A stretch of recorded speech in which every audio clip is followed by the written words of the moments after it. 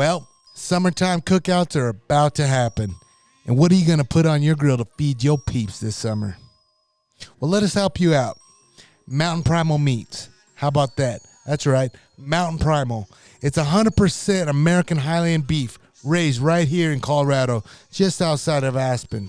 There's no hormones, no antibiotics, just pure raised American Highland. And I'm telling you right now, these animals are treated way better than what I treat skinny codes. Yep, that's right. And now you can get a full menu right to your phone by texting 81493. That's text 81493 and get a full menu right in your phone to see what they have to offer. And my discounts are already included in that. They ship to all 50 states, boys and girls. This is the real meat, man. I'm telling you. And if you want to go on the web and look around, you can do that too. When it says apply the code, you can type in Unleash15, mountainprimal.com. Oh, snap, Cody. We have made it. Oh, man, Luke, it feels so good. I'm finally a somebody. Man, I'll tell you what. Our boys over at Tito Knives have came through and made our own backcountry rolls. Ultra light, ultra sharp, and now ultra fly. Oh, snap. I like that little saying. Man, now's the time to go on their website, check out what they got on their inventory. Right now, they got our own backcountry rolls, Gladiators Unleashed. It's sexy, bro. Sexy. And once you get done purchasing your own backcountry rolls, make sure you post this on the gram. And guess what? Some lucky winner's going to get some swag to their door.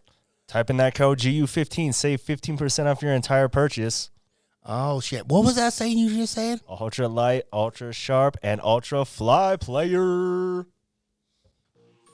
Well, everybody knows I like to have a little gambling action in my life, whether it's out on the archery range or right here in the studio. And now's the time to put a little action in your guys' life. And I made it easy.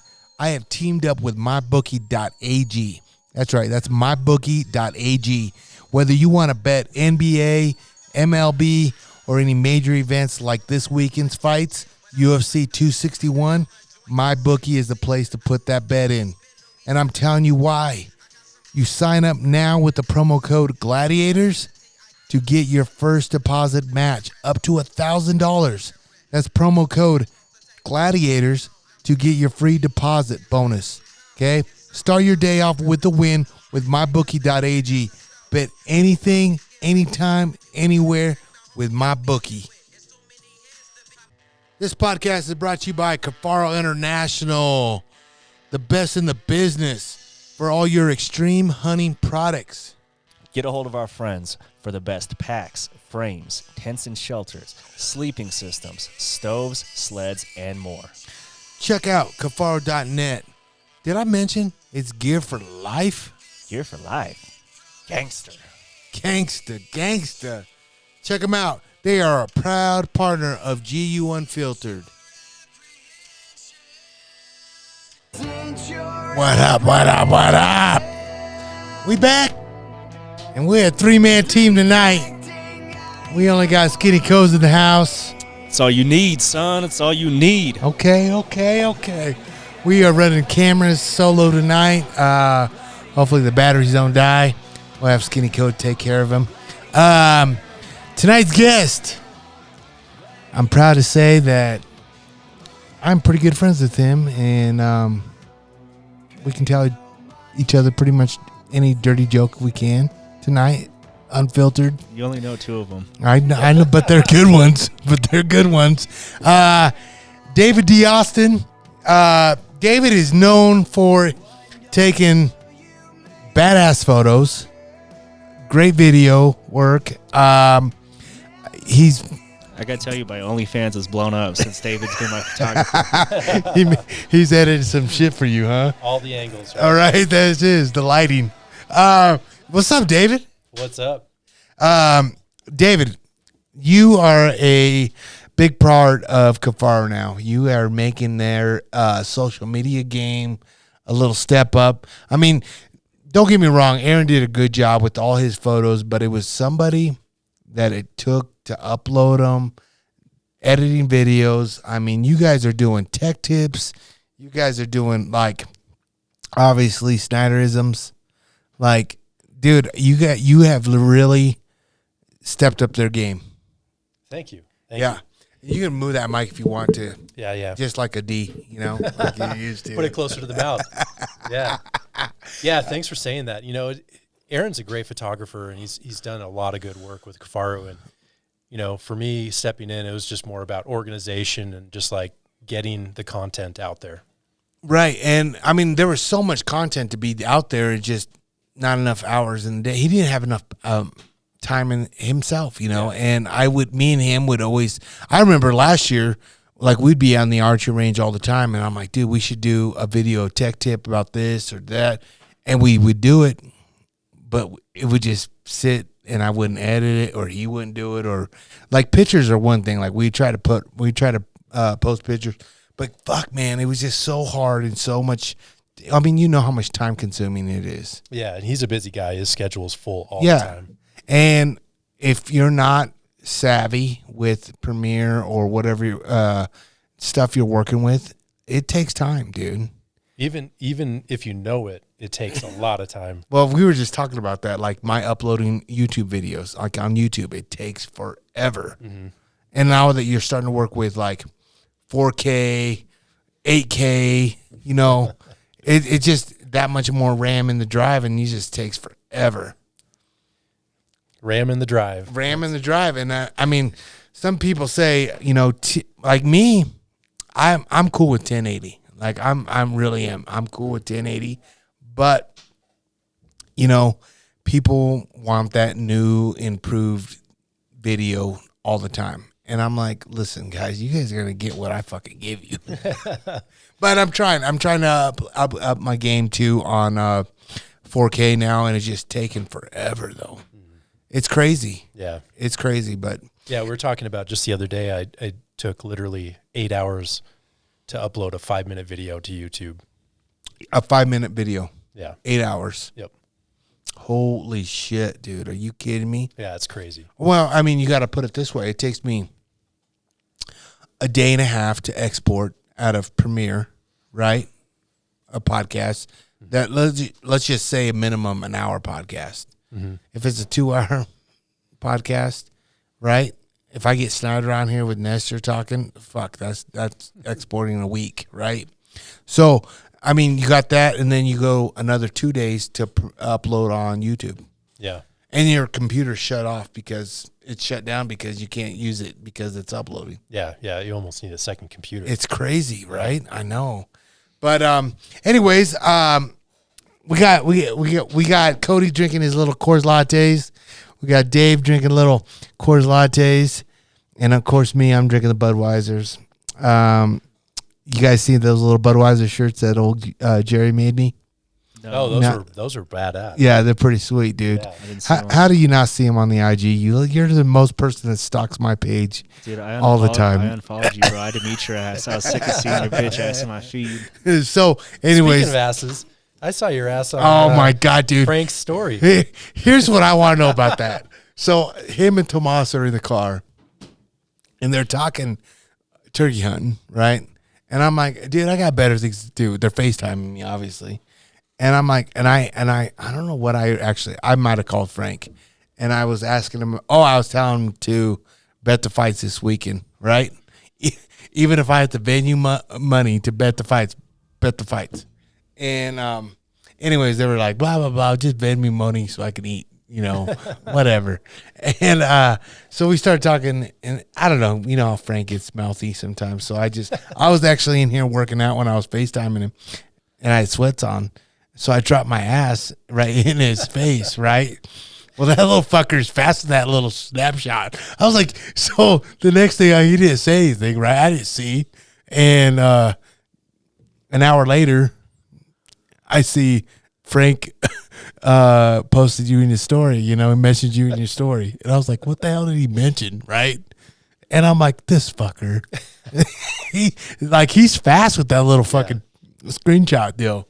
But yeah, so I did literally show him my ass, and I I'm glad he put a smiley face over it because I might have had little dingleberries still stuck up in there. I was working out, dude. I haven't washed my ass yet, you know? But it was good. Speaking of that, you guys just went on a turkey hunt in South Colorado? Yeah, it was like east of Pueblo. Okay. Yep. That's Frank's area, dude. Yeah. He's good. It's his stomping grounds. Yeah. So tell me what you and Anders and Frank, right? It was the three of you guys, and you guys were hunting public or private?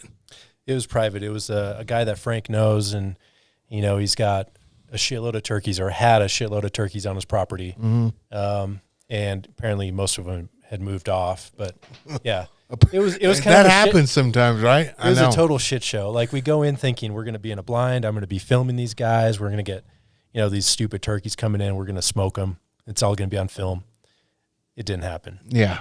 And it usually happens like that. That's the story of my life there, David. It's the story of the last 10 years of knowing you. Bro. Yeah. So, like, I always have the perfect plan. Like, okay, I want a cameraman here. Animal's going to be here. Fuck yeah, he's been doing this nonstop. And the only time my game plan's ever worked, I swear to God it's ever worked, is one, when I don't have a camera guy. Two, well, it's only worked twice. One with Aaron, right? So when Aaron and I went on this property that I hunt at up here, and he had that B tag deer tag last year. Yeah. And I said, Aaron, dude, come with me. I've been watching these deer. They come out like fucking clockwork right here. Let's fucking smoke these two and let's do it. And sure shit, I'm like, fuck, what if they don't come out, right? I start thinking like, what if they don't come out? Well, fuck it. Oh, well, we still got like 2-3 more weeks. It's going to happen. And I didn't have my I actually threw out my DSLR out right away when Aaron shot. And I filmed it, but I didn't really have anything prior to that. I just got the kill shot, which is cool. But, I mean, I wish I would have done the whole thing right like I wanted to, but we were just having fun and we were just bullshitting. And I was like, dude, he puts up his spotter on the window. And I said, bro, what the fuck are you doing? He goes, what? You said they come out here. I'm like, yeah, they're going to come out like fucking 25, 30 yards away from us. Maybe 50, Get your bow ready. We're going to fucking, if they come out, it's going to happen.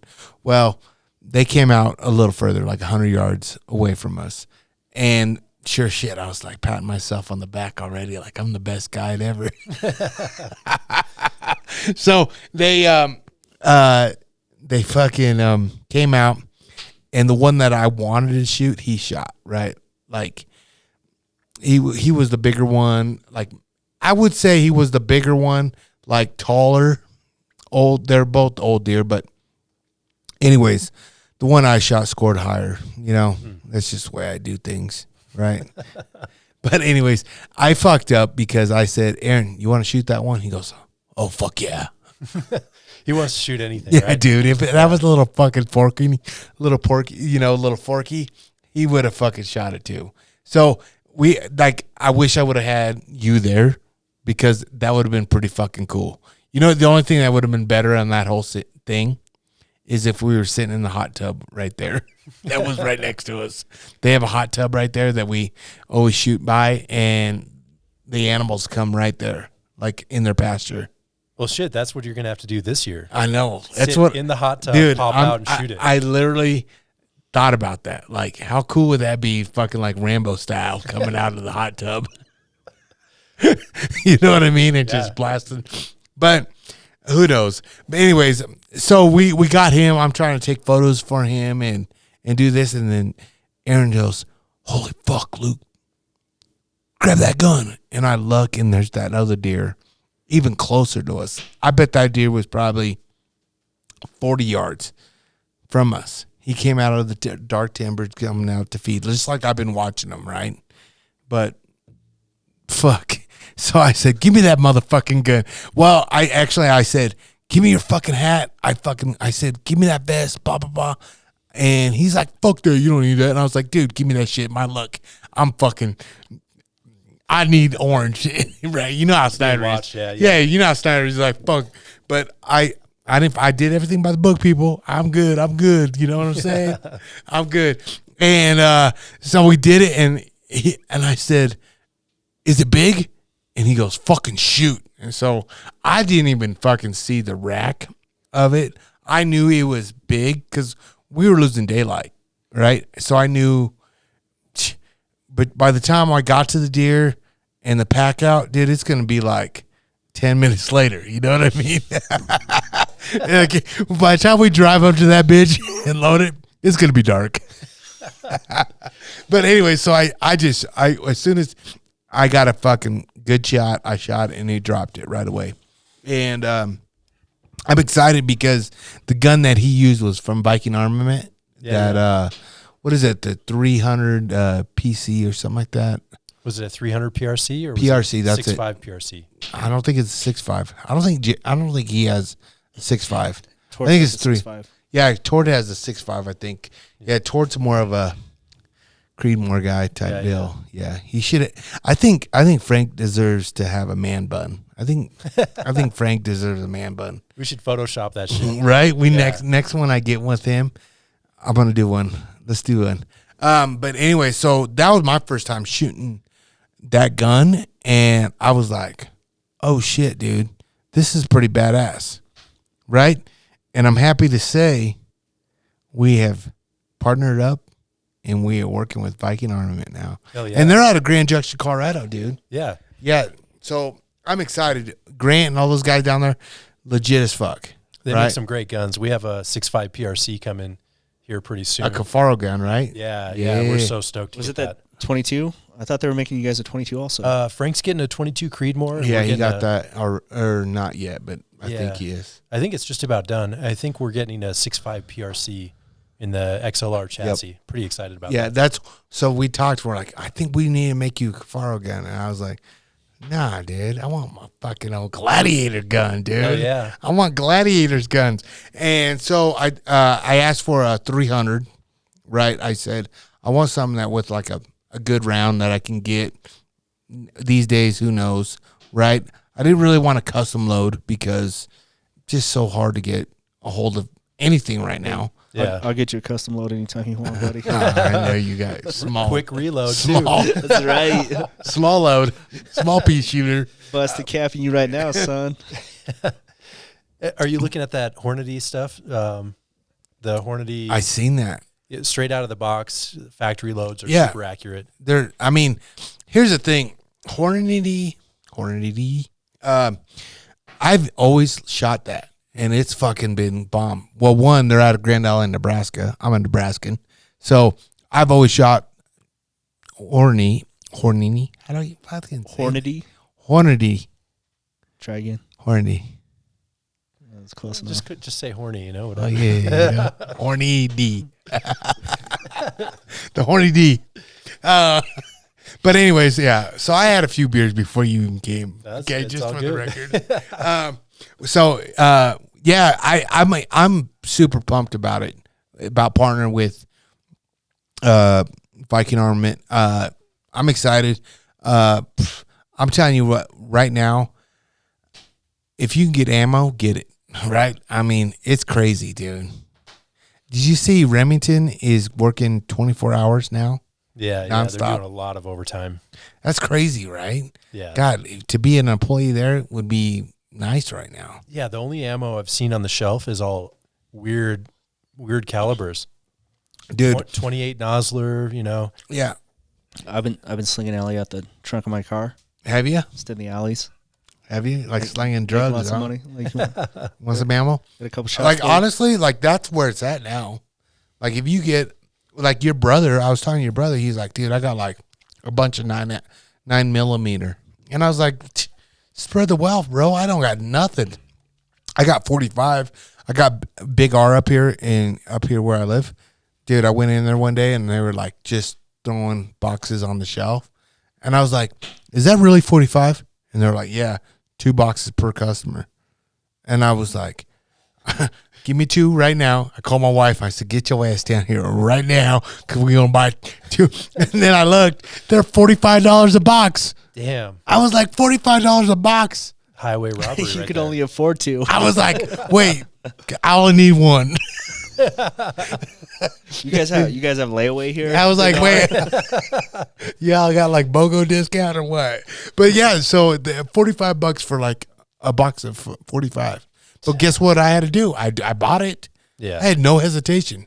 That shit could have been $100 out of That's it. so wrong, though. They're capitalizing on a Yeah, pandemic it and is. all that shit. But at the same time, hey, if you can do it, you can do it. Right? I'm telling you right now, if I was a bullet manufacturer, that $45 would have been at least $85 for y'all. Guarantee. And they guess what? They would have been gone just as fast as they were putting on the shelf. Yeah. Like, there's nothing on there right now. I'm about to buy a tactical shotgun, I think. Another one. For what? And I just want one. I don't know why. I just want a tactical shotgun, a short one, home defense. And Got to protect the crib. well, you know, and here's the story. I'm going to tell you what happened. Here's the story. You watch Training Day. Nah. So that's the thing. So I watch that stuff, right? And I'm like, I'm good. I have a 9mm and a Glock 45 bedside, right? So I used to live down in the hood in off of, where was that? Pecos and like Broadway down in Denver. Me and my wife's first house, right? That's not the hood. Well, it was hood. It was Mexican hood, dude. It was a barrio, bro. I'm telling you right now. It was a good flip, though. It's not the hood. Jeez. It was. So, well, I tell you how hood it was. Every time I went anywhere with my wife, everybody was looking at me like, why the fuck am I with this white girl, right? So then I move out to the mountains. Everybody's looking at my wife like, why are you fucking around with the help? You know what I mean? Like, I'm up here in the mountains now, like, who the fuck is this Mexican? You know? But, yeah, so I lived down there.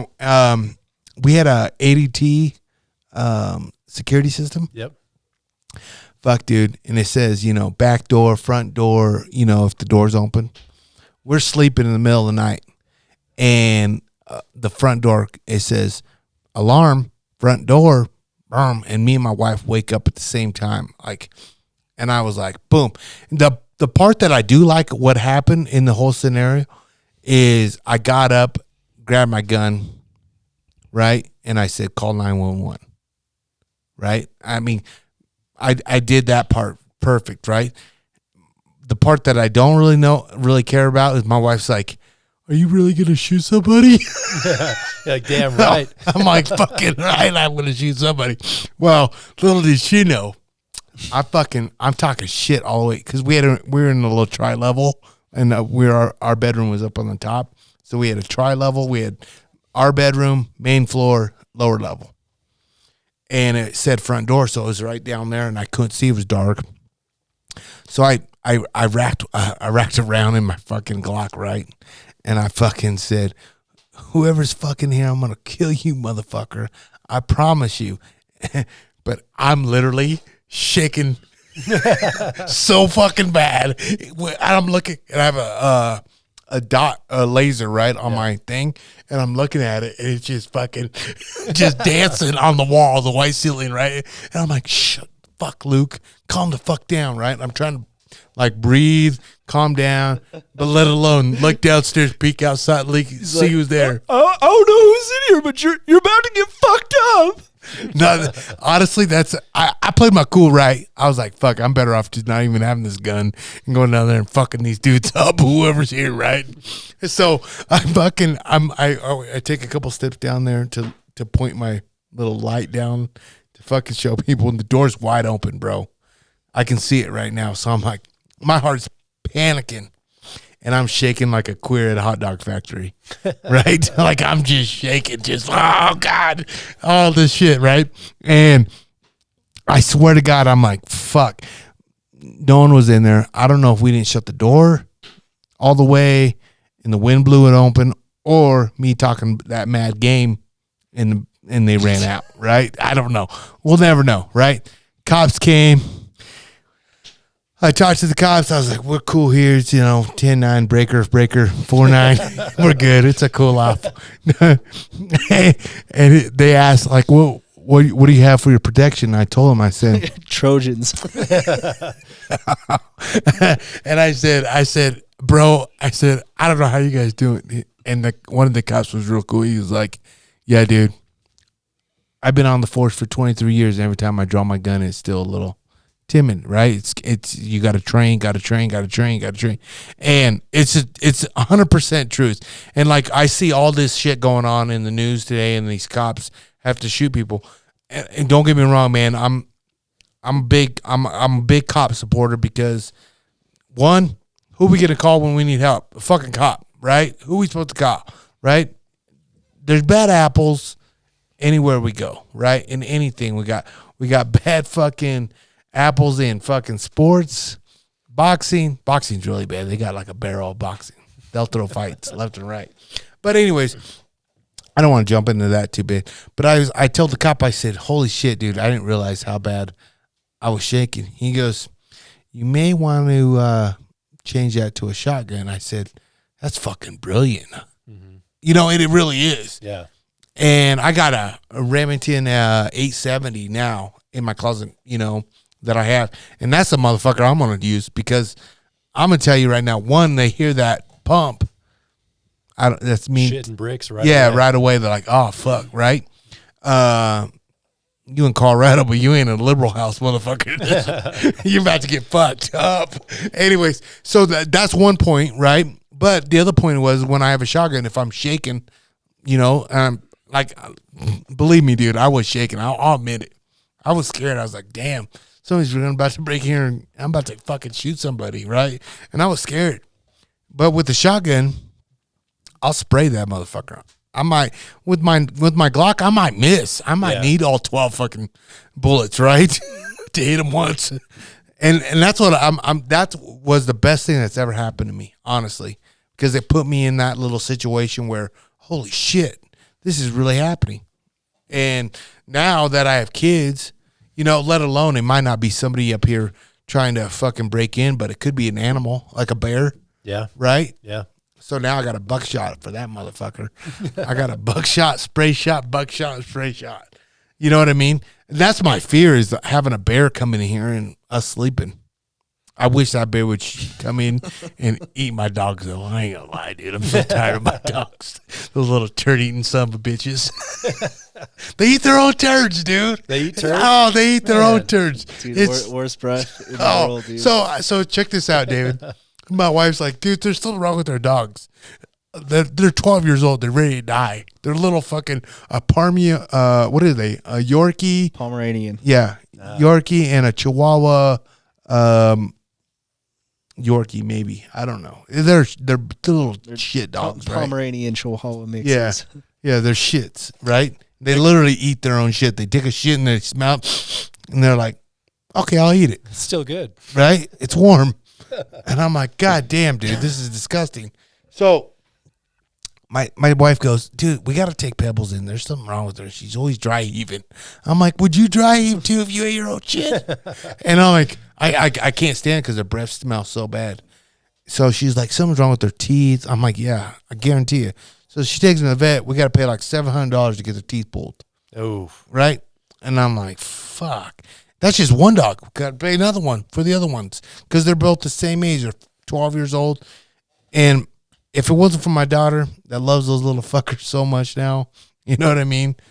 I'd be like, it's time for a big dog that don't eat their own shit. You know what I mean? But I think big dogs just eat more shit. Dude, I believe that. But here's the thing. Like, Cody knows this too. These motherfuckers, they'll fucking shit and then turn their back and start eating. Right? Dude, you'll come upstairs and be like, hey, man, you need to change your kid. And it's just his dog's breathing. He just yawned. Oh, man. No It's like, I'm like, and like my father-in-law comes over and he picks up the dogs and he pets them there And he holds them on their they're like little lap dogs, Get right? kisses and all that. Right. If they And I'm lick- like, Chris, what the fuck are you doing, dude? How can you smell it and not stand that? I'm Dude, like, if they lick your hands, bro, you're in trouble. You're in trouble. I got a story. So I was out backpacking one time with my ex-wife, and we're at this lake, just like way back in the mountains. And gonna go hit the backwoods and do my business. And I got my pants down, and I'm dropping the kids off at the pool, right? yeah. And this dog comes running up, and it was with the hikers, right? And it comes running up, gobbles that shit right up. And then it turns around, and I'm like, it's running up. I'm like, no. And it eats it, and then it takes off, goes right back to the people. Oh my God, no shit. Yeah. What were you eating? That's some nasty shit. You must have ate KFC before you went on that. I think it was like Mountain House or something, but still, I mean, dogs are nasty. Taco Bell, fucking KFC, Mickey D's. That dog wanted it. That's funny, dude. That's funny. It's not. That was Dude, I went camping with my buddy and his wife and their kid, and I took he was like 7 years old. I took him and his dog fishing. And his kid had to go shit in the bushes, and the dog did the same thing, dude. And I was like I was shook for the rest of the day, dude. Yeah, what is up with dogs eating their own shit? No, it's the kid shit. I know. He ate the kid shit. Well, okay. Or I bet you shit. kid shit's How about better than adult shit, you know? I don't know, dude. Why eat shit? I don't know. It Fucked me up, bro. I was I was ready to go home after that. I was like, dude, You're like, that dog was licking my face. I don't want to hang out with you. It's like, I just want to go home. That dog was licking my face. Anyways, but yeah, so back to fucking, we get off the shit licking and eating. I'm telling you, man, like when I had that alarm go off, I said, fuck, I need a shotgun. So that's another reason why I want another shotgun here. So I don't know. And I can get ammo for that. I got tons of ammo, shotgun shells. But I don't know. And I'm more surgical with the shotgun, dude. I'm a clay shooting motherfucker, dude. I will bet I can outshoot you, Cody, in clay shooting. Promise. How much? I promise you. You name it. How much? You name it. As much as you like stocks and bitcoins and all that shit, bro. I already own everything that you have. No, you don't. Hunting wise, I already gave it back. You shooting archery. You gave it back. So what else can I take from you? What else do you have? What you got your truck? You want to bet trucks? This has to go down. No, dude. Oh, I'm gonna tell you right now. Hold on, I gotta fix this shit. What the hell did I do? Luke broke his microphone. Hold the phone.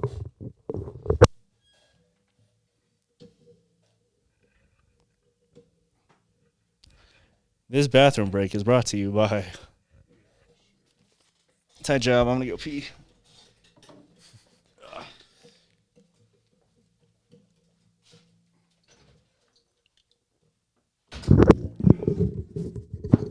Daddy's back. So anyway, Dave, what I want to know is at what age did you get involved in photography? Was it videoing?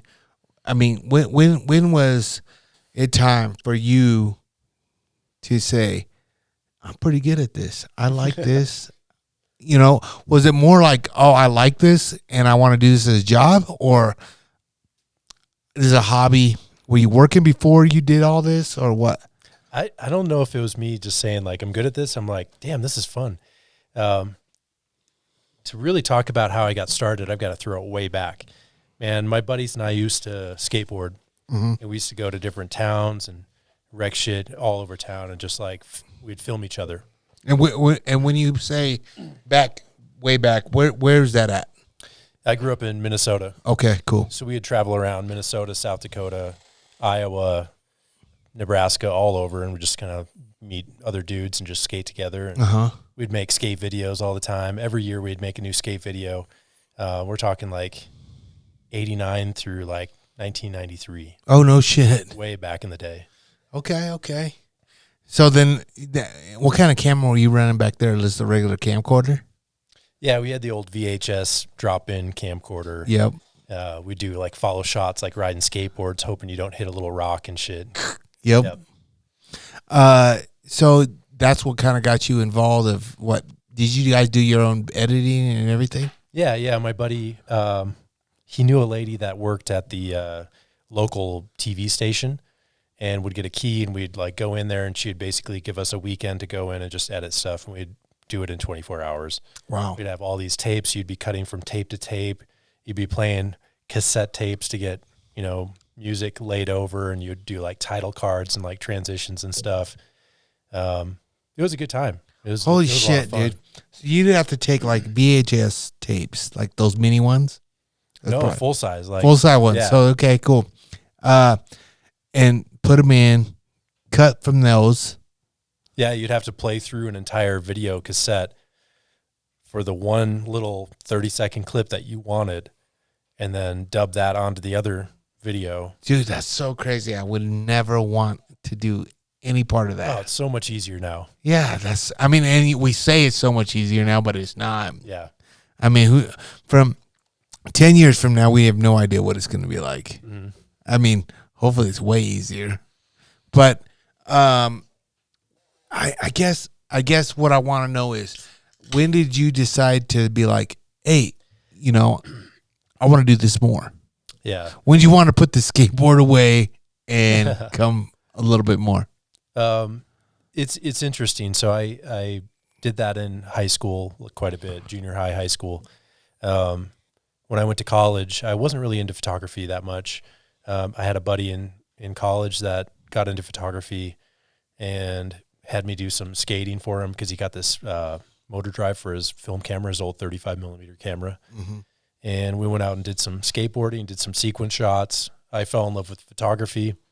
And then from there on, I just kept getting more and more involved in photography. Ended up going to school for photography, did a bachelor's, and also did my master's. That's how I ended up in Utah. I was in Utah for 16 years. You lived in Utah for 16 years? No Yeah. shit. Yeah. Holy cow.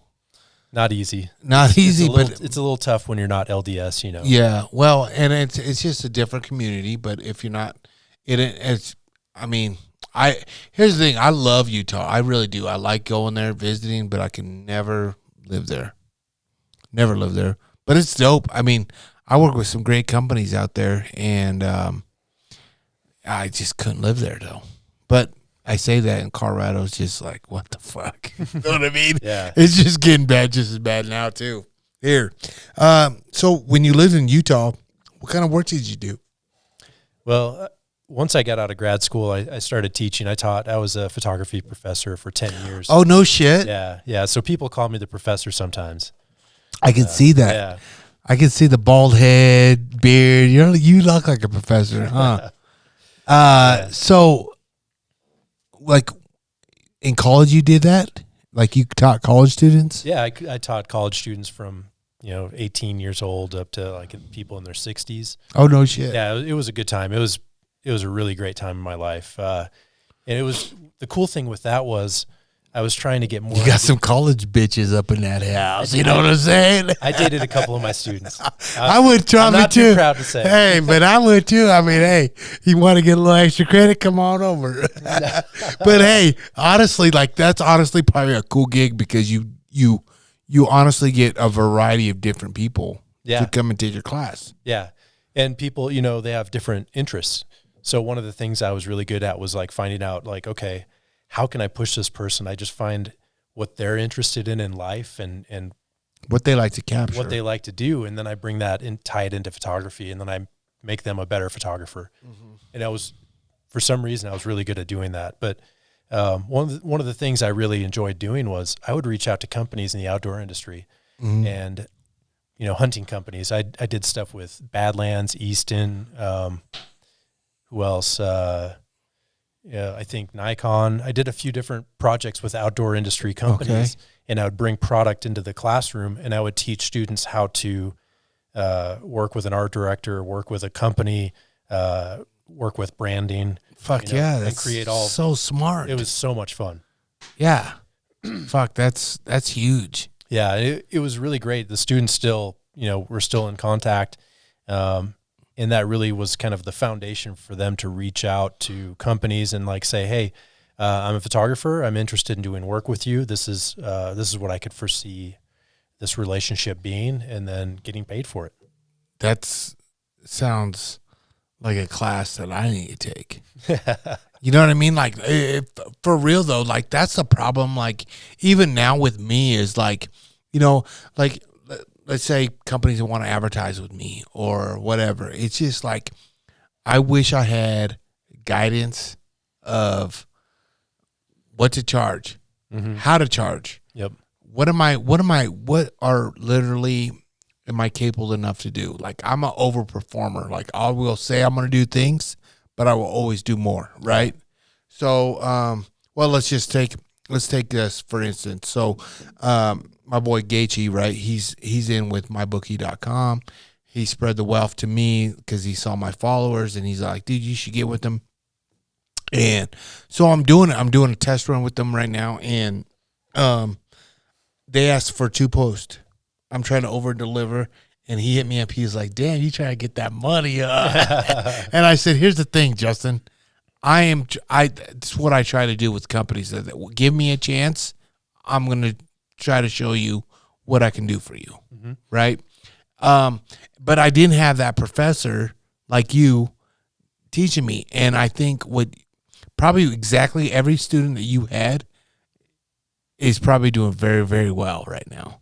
You know, it's interesting. You know, when I was in school, my professor said, you know, they're going to be about 10% of you that really go on and do this professionally. The rest of you are just going to like learn photography and then never do it again, which is a sad reality. And that's what happens. I bet I could count on 2 hands out of the hundreds of students that I had in photography that are really like doing it and working really hard in the industry right now. Really? Yeah. So it's true then. It's totally true. Wow. That's and crazy. I would say that's true in any industry. I mean, I don't know. I guess I get it because like even if you take the fight game, like I look at all the amateurs that I've coached and to pros who's still in the game. Yeah. Not very many, right? Well, and you think about the longevity of their career too. Like right? that's pretty short. I guess that's true. To me is like if I would have known about photography in like high school, I think I would have took it. Same thing with like golf, right? In high school, golf was for pussies for me.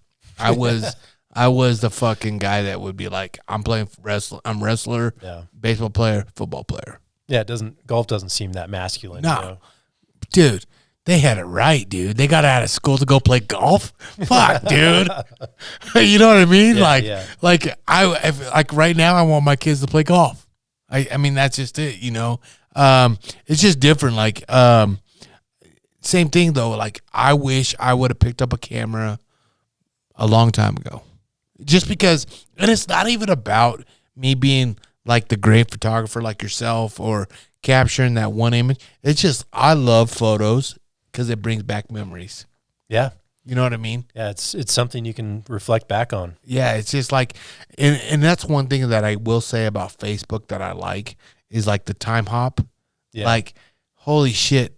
The thing I will say about that is fucking time flies. I'm like, damn, I thought that was 2 years ago, 6 years. Yep. You know what I mean? Like, holy shit, I'm getting old. And time is fucking flying, dude. That's one thing I will say about Facebook that I like about the time hop. But like I said, the high school thing, I wish I would have picked up like, even in college. Like if I could do a class, like really, like do a class. Like I took a couple what do you call that? I don't know, a couple week deals, schools. Like a seminar type seminar thing? School deals with like nude modeling or something. I wish. Right. So I went to go learn my camera. Yeah.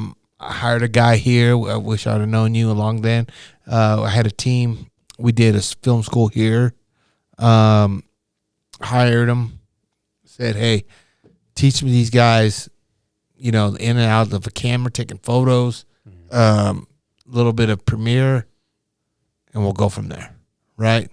And can you do that in, 4 days? Not really, but it's hard, but they get an understanding of it, right? And so I did I think I've done 3 or 4 of them now. And I love it. I'm so like, if I was like this kind of a student in school, I might have been a doctor. Yeah.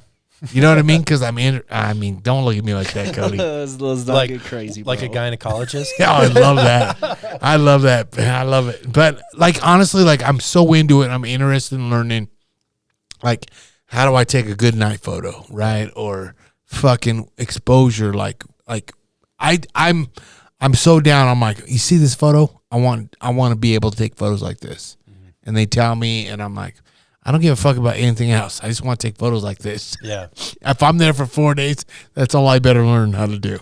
You know what I mean? But to me, that's what drove me to keep learning about the camera, right? And for me to go buy, I'm going to buy the new Canon R, right? Or what is it, the RX, I think? Or what, R5 or whatever. There's so many of them. What kind of guy are you right now? Right now I'm shooting Nikon. I've shot Canon, I've shot Sony, Nikon. You shot it all. Yeah, pretty much. You're richer than me. I'm not rich. I can't do it. I can't do it, dude. The hard thing was for me, I kind of learned on Canon, then I switched over to Nikon, and then when I taught, I had to actually teach Canon, and I had a hell of a time because they're backwards. And all the menus are so different. But then back when I was working at Mountain Ops, we had a Sony. And wait, hold on. You worked at Mountain Ops too? Yeah. You were in Utah, so you probably did. Yeah. Yeah. So that was this is one thing I will say about Mountain Ops. Their marketing, phenomenal.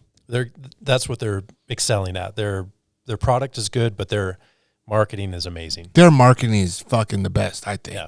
And their graphic designers, shout out to Chris and he's been doing a great job, and they're just so good. Yeah. So I know the guys a little bit, and I mean, me personally, I can't take the product. I won't do. It's just not for me. I'm not knocking it. I'm not doing it. But I will tell you this. If they made suppositories, you'd be all about it. Shut up, pussy. But this goddamn right up the rectum. Yeah, this guy. Yeah. Right? Got him. I don't think I got that sound bite. I would. Damn it. So, I literally love. I love what they do with the company. Like, I watch it and I'm like, God damn, dude, they're geniuses on marketing. So you were part of like doing all that then back in the day, because when they first hit, that was probably you then.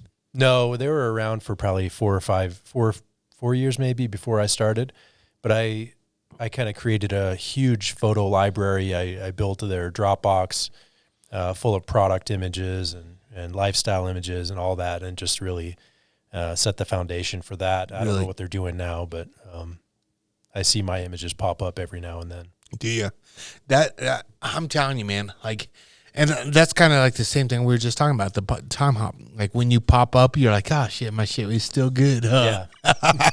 Can't still find good. anything better. Yeah, right. You can't find anything better than 5 years ago. But that's what I'm saying. Like, that's one thing about like when I scroll through Instagram now, right, and I see Kifaru, it's so much like. I mean, like the photos you did when you guys were on a turkey hunt with Anders, and if you could make that motherfucker look good, you know what I mean? Yeah. No, I like Anders. Anders the shit, dude. Yeah. I really like. He's a good dude. But like the photos like you took out of the blind on Frank, you know what I mean? Like you have to have like a general, like an idea of like what you want to capture, let alone how you capture it, right? And I mean, I don't know, Coach. Pull up David's Instagram. What's your handle, Instagram? David DeAustin. There you go, David DeAustin. And right now, you got, like, look at that depth in that first picture right there with Anders, right? So this is one thing I know about photography, right? That depth, right? You show that depth of field right there. Is that not true? Yeah, it's all depth of field. Yeah, so one of the things, this is kind of a secret of mine. One of the things I like to do is put something in the foreground right next to the lens. You can see in this first shot that the grass is out of focus. That's like maybe a foot or 2 feet away from the lens. Mm-hmm. and that creates even more depth because that's completely out of focus. Yeah, that's what I was just gonna say. Is that's something that I like to do. Is what I learned in my little schooling is like that depth, which I didn't know what the hell depth was. But as soon as I saw that photo, I was like, dude, that's depth. I know, right? Yep. So I learned a little bit. But what I like about it, it just shows different, like, what a camera can do these days, right? Like, and what you want to do. I mean, that's just one photo. And let's back out of there, Cody, and let's just go to let's just go to the basic one, right? Let's see that picture is that Frank hacking his elk out? Yep. Right. So that's another good one of depth, right? Yeah. I just happened to I was doing kind of follow focus and focusing on him shooting sequences, and then happened to just focus on the tree for one shot, and I was like, I kind of like this. Oh, I love it. It's something cool. And to me, that's like it just shows like your personality of a photographer, like what you can do. You're not one dimensional. You can do a variety of different things, right? That's what I like. When I seen this stuff, let's pop out and see a little bit more of his Instagram. Well, let's just take me and Frank for instance, right? It's priceless to me. If you think, I mean, you got me in the picture, right? But Golden already, right? But you got Frank fucking puckered up, ready to suck this dick. Dude, his dick. But hey, so it's just crazy. And I was just shot out here, and you were just snapping, dude. Yeah. Well, the thing about that was sometimes I'll shoot sequence images and I'll just shoot continuous, and you just had this like moment where you both had a certain expression, and I caught it. Yeah, you were like, I didn't shoot a 5. I shot a fucking 10. Or that might have been the 12. I might have shot the 12. I think that was a 12 ring. Yeah, that was a 12 ring. Holy smokes. But yeah, and like that one, the one that's going on right now with Kifaru is the one with your puffy jacket right there with the coffee mug. Yeah. So my niece's husband was with me on a deer hunt, and it was like 0 degrees, maybe below 0. And we're in camp, and we actually went back to camp just to get coffee because it was so fucking cold. Yeah, dude, those are miserable times. Yeah, and my niece's husband actually shot that one. That's it's sweet, but you helped him set it up. Don't lie. Yeah, it's basically just push the button. Yeah, because you got everything rigged up. But I'm telling you right now, and that's the thing. Excuse me.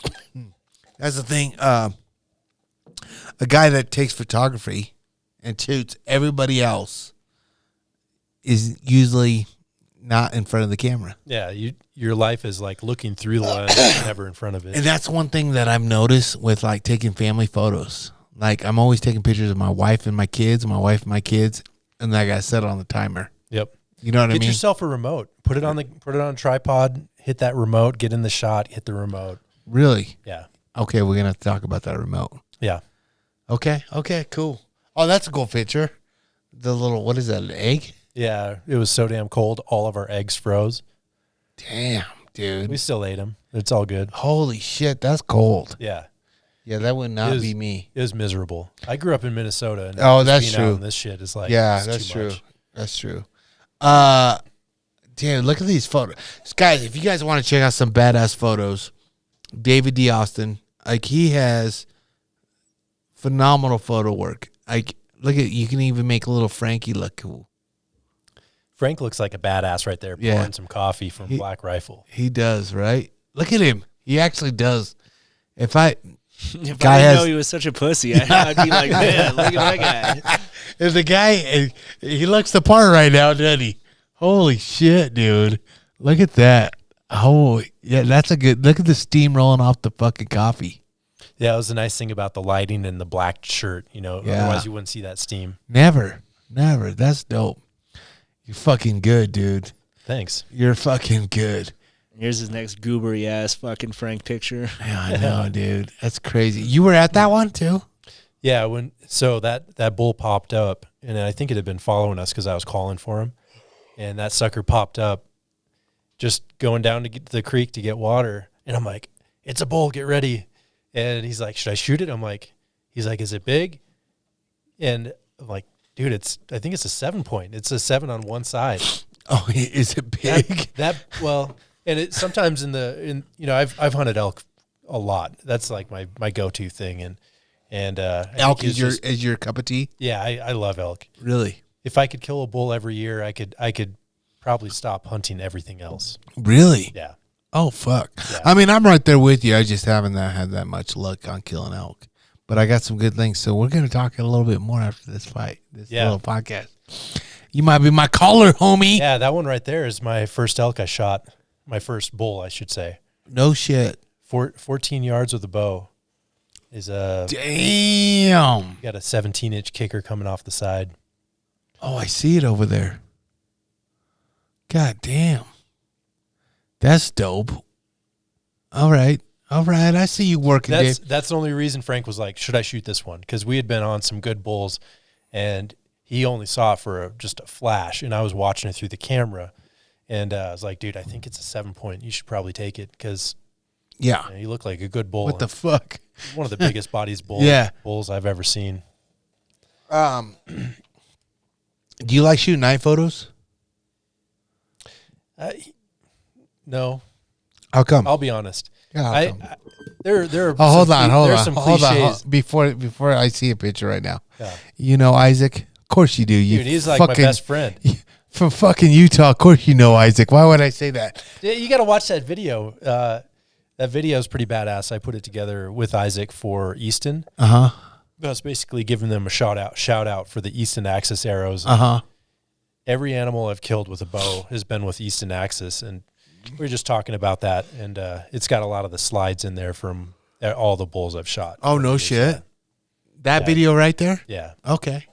All right, I'll watch it. Yeah, Isaac's my best I probably friend. did already, but, dude, I got nothing but love to say about Isaac, dude. Such a good dude. I met him. I met him. I don't know when I first started Gladiators. I went to ATA, Indiana or whatever, Nashville, wherever it was that year. What year was that? Man, I don't know. I would say I've been doing Gladiators now for about 5-6 years now, so probably around there. Mm-hmm. And he was still working for Easton at the time. Yep. And he was the guy that I contacted. I think it was Phil Mendoza that gave me his info. Okay. Be like, hey, you want to get with an arrow guy and you shoot Easton? Call Isaac. Are you still shooting Easton? I am. So the new marketing guy, the head of marketing for social media is a former student of mine. No way. So he's one of the guys that made it then, huh? Yeah. He's good, huh? He's a good videographer, good photographer. Yeah. That's so. Climbing That's up good. that ladder. Yeah. Well, he put his time in probably, you know. You know what's crazy? I was when I went down to Utah one time and I hooked up with Isaac. I went down to Easton. He gave me a tour of Easton, right? Shit, Isaac, you never gave me a tour. Yeah. What the hell? Yeah, and you know, the fucking owner or the founder of Easton comes in the office, Isaac's office, and he said, tell me a little about yourself. And he was talking to me, and I was like, fuck. And Isaac said, dude, this guy's, you know, he told me who he was, and I was like, fuck. Was he like the president or something? Yeah. He was the big wig, right, at the time. And we just talked, and I just said, and I, you know me, who the fuck are you? Yeah. Never seen you before. I've never seen you on these videos. He goes, well, come on down to my office. And I went to his office. It was badass. And I was blown away. And he's a big reason why I still fucking shoot Easton, because I liked his company. I liked the way he talked to me, and I liked his product. And obviously, we had a good time when I was there. Before we went to lunch, dude, I'm telling you, I'm a nobody, right? Like I'm not an Aaron Snyder or whatever. So, when he took me into his office and talked to me and did this and that, like, I was like, damn, this guy's cool as fuck. He should tell me stories about everything. Mm-hmm. And he didn't care what I was or who I represented or whatever. I mean, I could have shot gold tip for all I care, and he didn't care. Mm-hmm. Right? He was that passionate about this company, and that was part of me why I'm still shooting Easton is because of that moment. Mm-hmm. And if it wasn't for Isaac, I wouldn't have been there, you know. But yeah, man, Isaac's been nothing but good shit to me. I like Isaac, man. He's a good dude. And I see him and his son working together and at Black Rifle. Like, how cool is that for those two? That's awesome. I know that means a lot to him. Yeah. Working together and spending more time with his boy. And like, I remember the first time I met Isaac Jr., I think he was like 12. Mm-hmm. And now he's like, I think he's 21. So I watched that guy grow 21, up. Yeah. I watched him grow up. He's a good kid. No, he loves bow hunting. He loves putting bows together. I mean, that kid has killed more deer than I ever will in my life. He's a deer killer, huh? Hey, Codes, will you grab me one? Yep. But yeah. So, anyways, so you worked. You know Isaac forever. You went to Utah. You've been in Utah for a minute. Why you left Utah to come to Colorado and work for Kifaru? Yeah. He ended up. You don't have to drink it if you don't want. My time at Mountain Ops ended, and I was looking to get out of Utah, and I had been looking at the dream of moving to Alaska, being an outdoorsman. Mm-hmm. I was looking all over for a job there. I looked all over for a job in Colorado, Idaho, Nevada, just like hoping to find something out of Utah. I just wanted to explore a little bit more. Yeah. Ended up finding a job in Colorado, and it was working at a bike shop managing the photo team there. And it was an e-commerce type gig where I'm shooting product in a studio all day long. Yep. And I had known Aaron for a while. And actually, before I had moved here, I had reached out to him and I was like, hey, I'm looking at this job in Colorado. Where do you think I should live?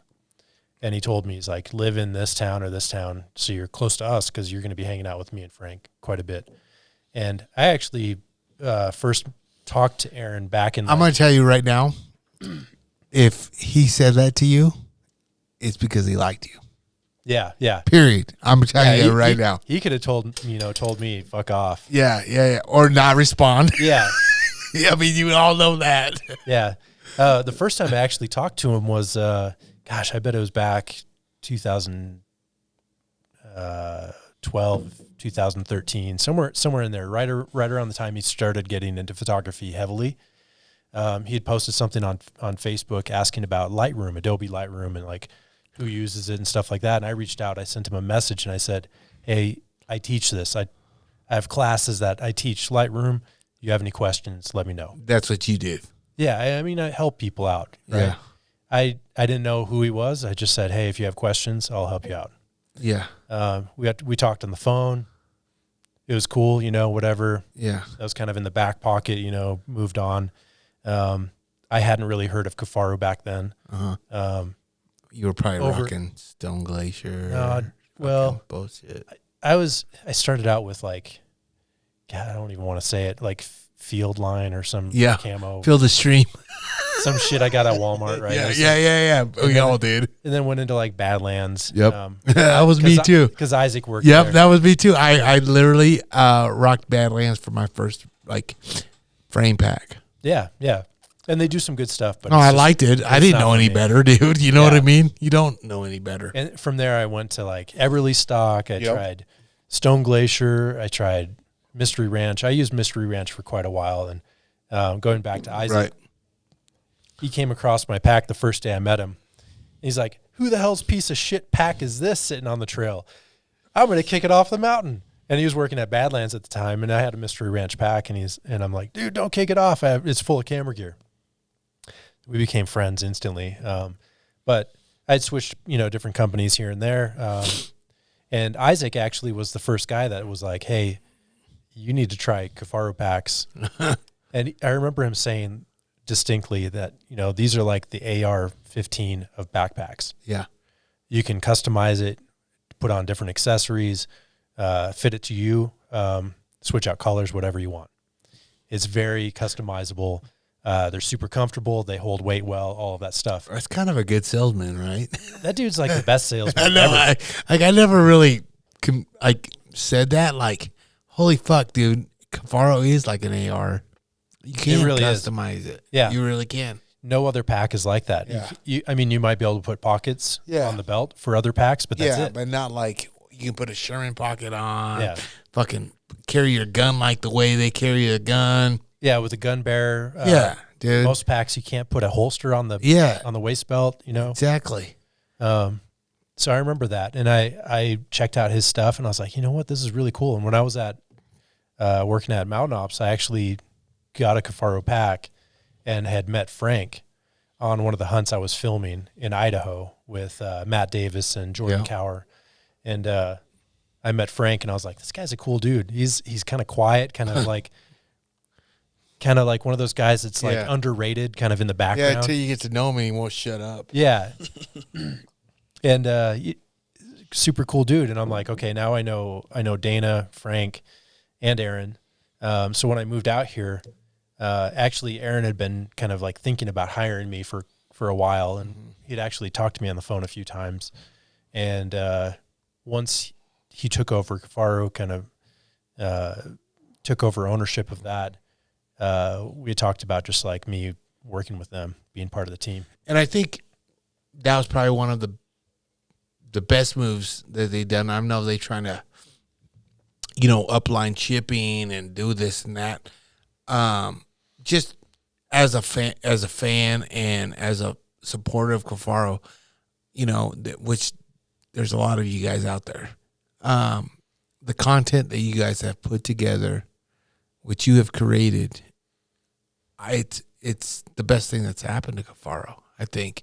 So I will give Aaron props on doing ownership moves, but I got to give you credit because you are the creator of it, right? I think my stuff is just kind of is more visible.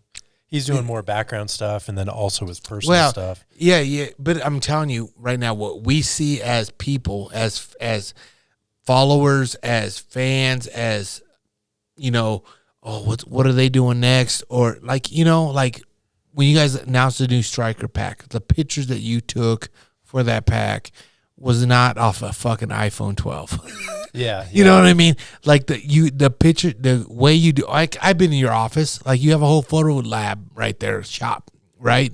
Like, you take your job very serious and you're good at what you put out. And I think Aaron did the right job. Is there other photographers out there? Yes, there is.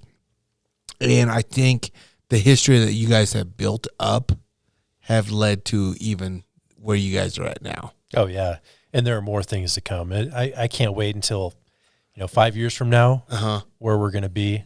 It's just only going to get better and better and better. Right. And like, and your same point is like, if you would have took me and Aaron 5 years ago, I was about to beat his ass and I would have won, dude. I would have won.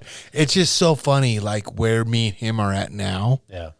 You know what I mean? Like it's 9-day difference, like having him on the podcast, having him, call me over at his house to shoot, or let's go to American Bowman. Like it's grown so much of where we're at. And I just see the same thing with you. And like, let's keep it real. Aaron's a good guy to have on your team. Yeah, right? Really. Yeah. Like he is a good guy to have on your team that supports you. And a lot of it is because why is this podcast doing so good? Because I have Aaron on this show a lot and he brings an audience, right? And he's introduced me to a whole different network. And I still whoop his ass, but yeah, he's my dog. When's this going to go down? You guys are going to go in the ring or what? Wait, everybody always messages and tells, let's arm wrestle. I'm like, nah, arm wrestling for pussies. Me and Gaethje offered Aaron to come in and actually spar with us. And it's not like we're going to fucking beat his ass, but I am going to beat his ass a little bit. But It'd be no different than me hiking up the fire road with him. He'd be like, "Come on, pussy, fucking do it," because I've done that game with him. I've seen him hike, and I can't keep up. I can't do it, dude. I'm not a hiker, period. You know what I mean? What's funny is last year we were at TAC in Colorado. Are you going out to that? Yeah. Okay, cool. So the first day we get there, we get the truck lift all the way to the lift, right? We get the fucking VIP treatment. Like, we're with Kifaru. I'm Luke Adillo. You better take my ass up there. Give me a ride. So, yeah, the second morning, we didn't get that treatment. Aaron is like, "Oh, we're good. We'll just hike it up there like everybody else." I was like, "Fuck, I'm hungover." Cody goes up right next to elbow to elbow with Aaron. "I'll hike with him. Fuck it. Let's go." I was second. He was second, yeah. But he literally thought he was going to be able to keep a pace with Aaron the whole way up. What are you doing, dude? Fucking. He's watching Pornhub. I know, dude. It looked like child porn, too, honestly. It sounded like child porn. I think it's like Smurfs or some shit. You got video calls coming in. Oh, God. Anyways, Cody got smoked by Aaron. And I was like, yeah, all right, I told first you. of all, smoked. I came in second, and you guys were minutes behind us. Yo, second is just the first loser. Yeah, that's a good way to say it. I like your style. First loser. But either way, I'm telling you, Aaron's a different breed going up. But where you guys are at now with you and Aaron and where you're doing with Kifaru, like going on hunts with Frank, Anders, like that's content that was never there before. It may have been there, but just never filmed. You might see a few photos here and there. But yeah, but it was always Aaron taking the photos. Yep. And it's kind of hard being the photographer when you're trying to do the killing. Yep. Yeah. Right? It's almost impossible. Yeah, that's why I would honestly say this is my excuse. I'm so glad you're here right now. Because that's why I don't usually tag out, because I'm usually trying to photo and film shit for my shit. Tell us more. Oh, fuck. But honestly, in my experience, when I'm hunting, I have a hell of a time if I'm pulling the camera out. I've got to stop what I'm doing. Like time stops. You're not hunting anymore. yeah, You put the camera back. Now you can go back and hunt. So you can't. It's hard to do both. it is. Even when I'm photographing other people, like this turkey hunt, when I was trying to do both, I couldn't do both. I had to put the bow down. I had to get out. Totally. Do photography. But my mindset when I'm shooting isn't just, documenting the hunt. I'm thinking about how can I create a scene or an image for an ad? How can we sell more gun bearers? How can we sell more of these new Taito knives, right? Right. Kifaru branded ones. So that's how my mind's working in the background as I'm seeing things taking place. I don't think you'll sell more than GU knives, though. My knives are nice. You're beating our asses right now? Dude, we're up. I haven't seen one yet. I know, because I haven't took anything. I haven't killed anything yet. No, I'm just bullshit. I honestly, when Frank showed me the whole Tito knife of what you guys did, I'm like, yeah, dude, that's fucking sweet. Dude, Luke over there at Tito is the shit, dude. Luke's a good guy. Dude, I'm telling you right now, well, everybody here in this backdrop that obviously is a supporter of me and the show, I'm a big supporter of them, right? Like, they're it's companies that I want to work with, but Luke is different, dude. Luke was one of the first guy when I first went to start doing Gladiators Unleashed. I said, listen, man, Aaron told me that you guys were the best knife out there to use. I'm hitting you up because I want you to come on board on Gladiators Unleashed. And he was like, who the fuck are you? Pretty much, right? Yeah. Like, and I was a nobody. I still am nobody. But he goes, I tell you what, I'm going to send you out a couple knives. Try them out. Tell me if you like them. And see what you do with them. And honestly, it always comes back to what I can do for people that come on to me. Like, I always try to overachieve for them, right? Especially if they're going to pay me money to help keep the show running or whatever. I always try to over-deliver. Mm-hmm. Well, with Luke, I fucking did this and that, and from this day on, I will always be a supporter of him because, one, he's a small business, right? He's a small dude, but the dude is honest. He's like an honest Abe, dude. He is the coolest fucking guy that I know. He's an outdoorsman. He took a hobby of something that he loved to do, and he made a company out of it, pretty much in his house, right? And said, I can do this, right? Like he can win up. Like let's say like his biggest, probably his biggest competitor is probably like what, Havalon. Yeah, I mean Havalon's a huge name, big name. I want to say like who makes Gerber's another one. Yeah.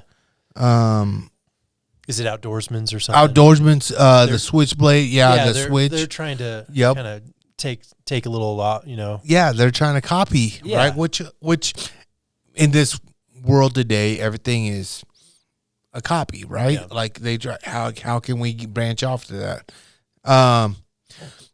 Except for me, when I did a podcast, I was like, man, I could do Kifaru cast. Oh wait, I can't. I'm not educational.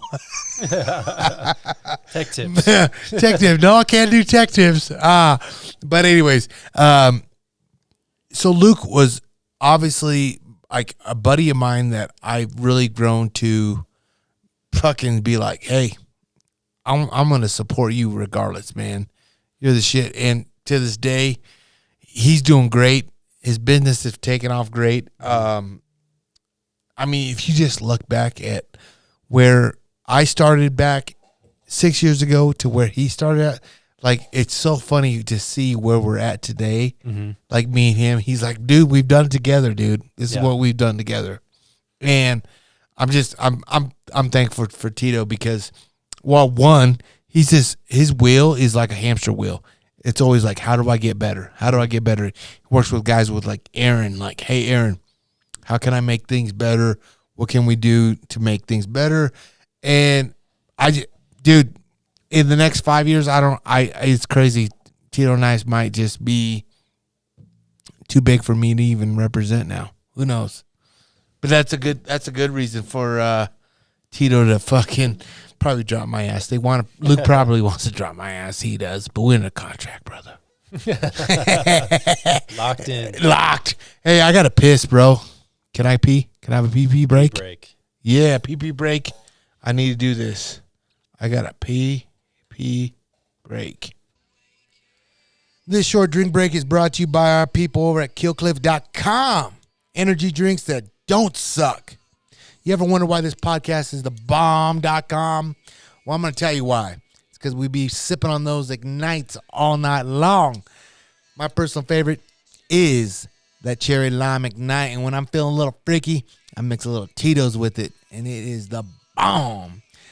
There's no sugars. It's all natural flavors, B vitamins, electric lights. And I mentioned it's totally American and a proud partner of the Navy SEAL Foundation. Yeah. But it doesn't just stop there. They got a whole line of CBD recovery drinks with the brand new Flamin' Joe out. Mango Tango, Orange Crush, Strawberry Daze, and the GOAT. Give them a try. Go to killcliff.com. Check them out. Pick your flavors. And when you're done, type in that GU15 to save that money. And I'm back. Anyways, dude, I'm telling you right now, I got to have one of these. Have you had one of these? What is it? Dude. Want a little bit of Luke's meat in your mouth? Meat in my mouth. Yeah, try one of these. Dude, these are from... Is it spicy? Because I'll shit myself. No, what do you want? You like... Okay, check it out. I got... Honey barbecue. Honey barbecue looks honey good. barbecue. I got original flavor. And I got sweet and... These are the spicy ones. Sweet and spicy. I got 3 flavors. Which one you want? I don't care. Which one you want? Honey barbecue. Honey barbecue. Going to Skinny Cody. And what do you want? What do you want to try? Probably honey barbecue too. Honey barbecue. They're delicious. I have a sensitive tummy. All right, so these fuel sticks. Yeah, so these fuel sticks are from Mountain Primal, and they literally made me this like little cubby to, you know, I got jerky in my fucking studio now. It's like distribution I'm gonna be valve. real fat, but they're not, man. They're really good. Like they're honestly, like it's crazy, man. I mean, protein. I mean, who doesn't like fucking like little Slim Jims? Like who doesn't like it? Yeah, right? who doesn't like barbecue flavored? beef steak? It's dude. I'm telling you, and for people that like to, you know, look like Skinny Cody that are skinny and with no muscle, they're gluten free. Wow. Wow. They're good, right? Oh damn, that's awesome. It is good, right? I'm telling you, dude. I got the spicy one is my cup of tea. They're good, man. This honey barbecue's good. It is. They're all good. The original is good. My daughter just kills them. I can't. I gotta tell her stop. So, anyways, back to Kifaru. What I want to get back to is you take over Kifaru. So what would be your job title now there at Kifaru? I don't know if I have a technical job title. I just do photography there. Photography and video editing. Yeah. And I do graphic design too. Like, so all of the ads you see popping up with packs and sales and things like that, I'm putting those together. Oh, no kidding. Yeah. Damn. You just a man of many trades. Master of none, right? Yeah, well, that's me. So, here's the other thing is, so we like on a daily basis, like, do you ever go to the office and be like, "Where's Aaron?" Because he's gone a lot. Yeah, he's on hunts a lot. He's on business trips. He's you know looking at different buildings. I mean, yeah, your job's secured. Yeah, He's gone a lot, he's gone a lot. and now Frank is the GM, and which is crazy to me, right? Because I don't know what I say when we were out pissing. I've known Aaron now for about 7-8 years now, maybe 9. I don't know, and the relationship that we have grown. I mean, obviously I could tell him to fuck off and it'd be okay, right? Like most people meet Aaron, they're going to be like, "Yes, sir." You know what I mean? Yeah. And they'd be just happy if they get a high kick- from him, yeah, you know? Don't kick my ass. Right? So our relationship has grown so much, and it's just so weird where we came. But in the whole meantime, Aaron has been gone a lot, right? Well, nothing's changed, right? Since 6 or 7 years ago. He's probably gone more now. But back then, I met Frank, and I was like, always going to kick it with Frank. I always went there, hung out. I would have a better time hanging out with fucking Frank than I do Aaron, right? At least Frank looks at me in the face. Yeah. Aaron's always on his goddamn phone. So so now to see where Frank's at now is awesome because he's been with the company for a while. He's been with Aaron. He's a ride or die, obviously. It's cool to see my little mijo grow up and have a good spot, get a truck like that now. You know, there's perks of the job, right? Like, have a guy like you, photographer, and make him look cool. You know, that's pretty cool. I must say, like when I talked to him the other day, that pussy said, "Yeah, I'm talking about Frank." He goes, "You know, it's kind of nice having a good photographer and a good videographer to hang out with. Knows what he's doing, unlike you." He told me that, and I said, "Oh, fuck you, Frank." But yeah, he I know they really enjoy having you out, a part of the team, and doing it. Here's the thing. So you've been in Utah, and I see you wearing a Crispy shirt, which, you know, here at the GU podcast, we support Crispy because they support us. Me personally, I love Crispies, man. I wear them shits all day long, every day, right? And you looked at my boots just now, and you're like, you shot those. How long did you work there or just shoot for them? Back when I was teaching, I used to.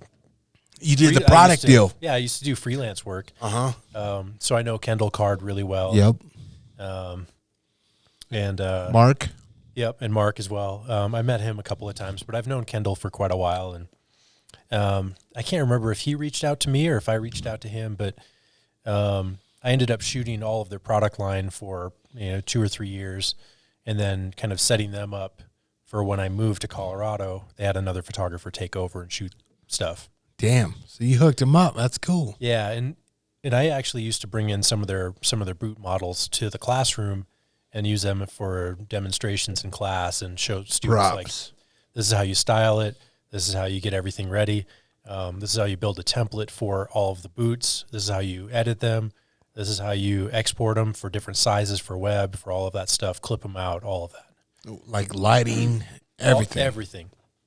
You know all of that. I mean, you're a professor. The professor. So here's the thing. So before we move on, I just got this in my head. Like when you see like other people's photos and people are like blown away about it, do you find flaws on like other photos? Of course. Yeah, you pick on them, or don't pick on them, but you see flaws, but then you're like, it's not a bad photo, or I'm not impressed most of the time. Well, I sound like an asshole. No, because it's hard I'm for the me. same way. Yeah. I'm like, fuck, I could do better than that. You know what I mean? Like, and I think that's what drives each one of us to do better, right? Yeah. For me, I'm inspired by a lot of photographers out there. Like, if you like wildlife photography, check out Untamed Images by Jason Loftus. Okay. Awesome wildlife photographer. You still have to find inspiration with other people. Another photographer, Jess De Lorenzo. She shoots for Sitka, Matthews, some other companies. She's awesome. There's just a lot of really cool photographers. We work a lot with Nick Treherne over at Kifaru. He does some great wildlife and lifestyle work. Okay. So I got to check all those Instagrams out. I got a buddy, I don't know if you know him, Mike Marino. He shoots for Dick's Sporting Goods a lot. Dude, I gotta show you his Instagram and what he does. He's invited me out to go shoot with him tons of times, and I just haven't done it, which I'm kicking myself in the ass.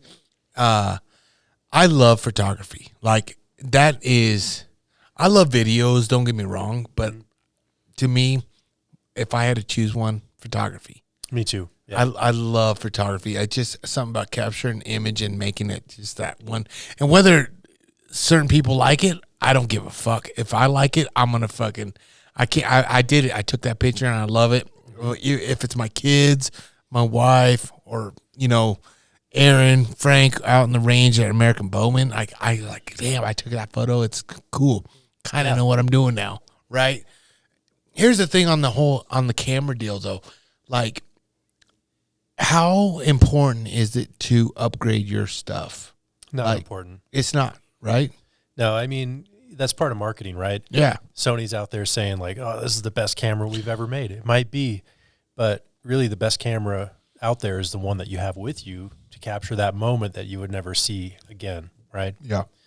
Honestly, like, it's better to invest in a good lens and, upgrading your camera every year or whatever.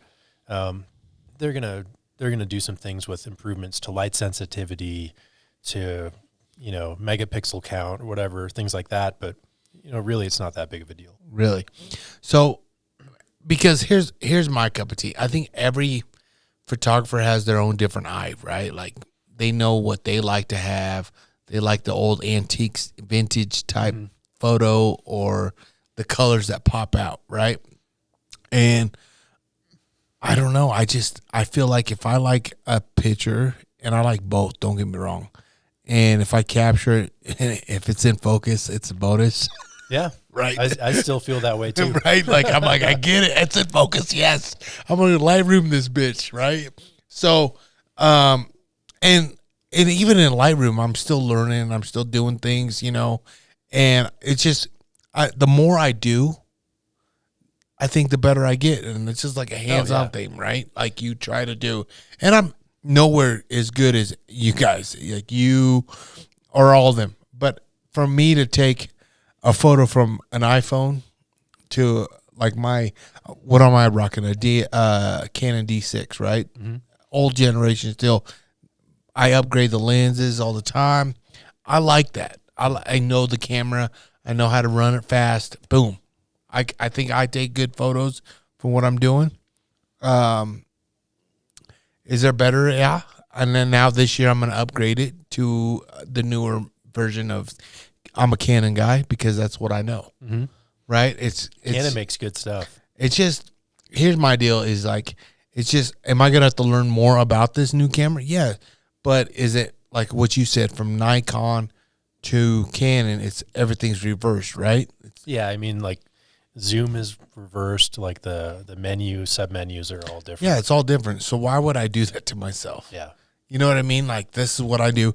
And I just can't see paying for all new lenses.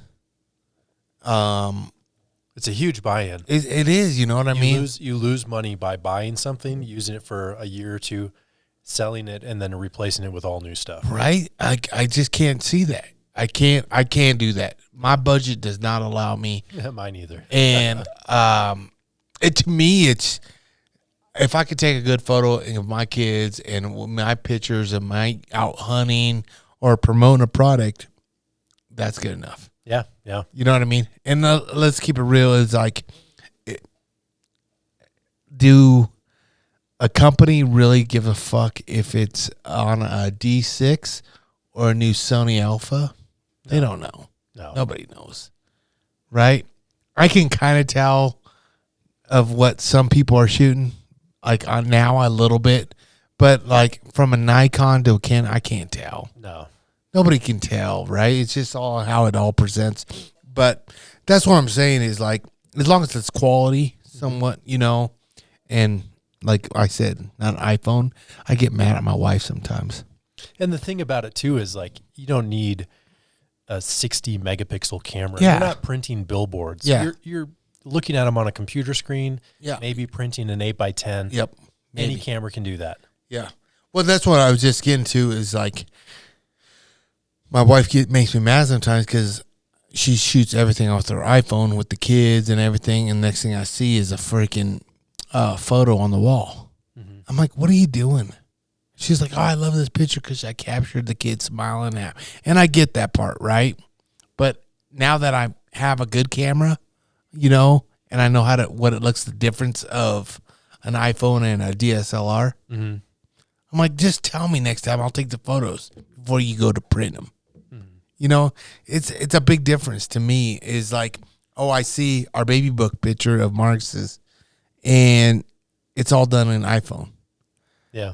I'm like, what the fuck? But imagine if you didn't have that iPhone. Oh, I know, You'd dude. miss all those moments. Dude, it's the truth, right? Like, or one of those Kodiak disposable cameras, you know, she would never use one of those. The iPhone is nice to capture. Yeah, it's right the there photo. on you. Yeah. Right? And they're not bad. Yeah. They're just not what me and you would like to prefer to shoot on, right? Yeah, yeah. I know. It's crazy. Tell me a little bit about your hunting career there, David. Like, I know you just went on a big hunting trip with Frank and Anders. Mm-hmm. What's the plan for this year? Man,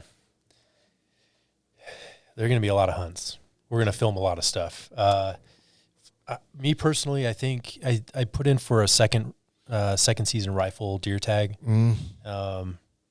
And then I put in for a Utah archery elk tag, and I'll probably buy an OTC archery elk tag here. Okay. But man, there's a lot of hunts coming up for Frank and you're going to capture Aaron, and I'm going to be filming. There's a lot of stuff and a lot of moving parts, so I can't really say like, oh, this is what we're doing. Things can change right minute to minute. But I'm going to be booked out pretty much every week. Wow.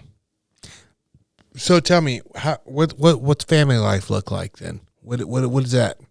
Family life for me? Yeah. I mean, because if you're booked out every weekend, like, tell me, are you married, single? What do you got, kids or what? Single, no kids. I've got a cat.